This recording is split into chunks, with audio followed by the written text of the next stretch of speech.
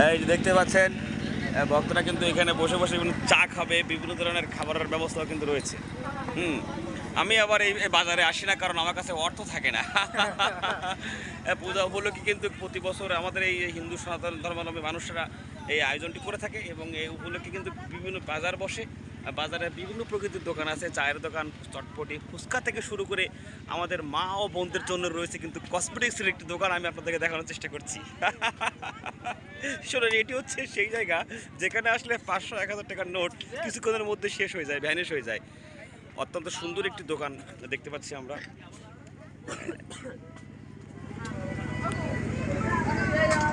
হ্যাঁ, খুব সুন্দর করে কেনাকাটা করছে। আমি অবশ্য ভালোই আছি, কারণ আমার এই মানে কেউ নাই যে কিনতে দিতেই হবে, নিতেই হবে, এরকম কেউ কেউ নাই। সঞ্জয় দাদা কিন্তু ঝামেলাটি রয়েছে।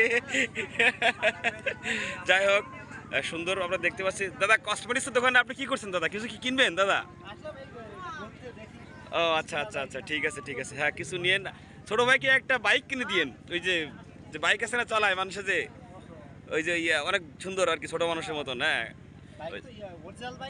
আমরা ছোটবেলায় কিন্তু আমরা একটা গাড়ি কিনতাম, মনে আছে আপনার? 10 টাকা দাম নিত, ওই যে ফরফর করে ঘুরতো, আমরা ঠেলে নিয়ে যেতাম। ওটা কিন্তু এখন আর পাওয়া যায় না, এখন সব কিছু লেটেস্ট হয়ে গেছে।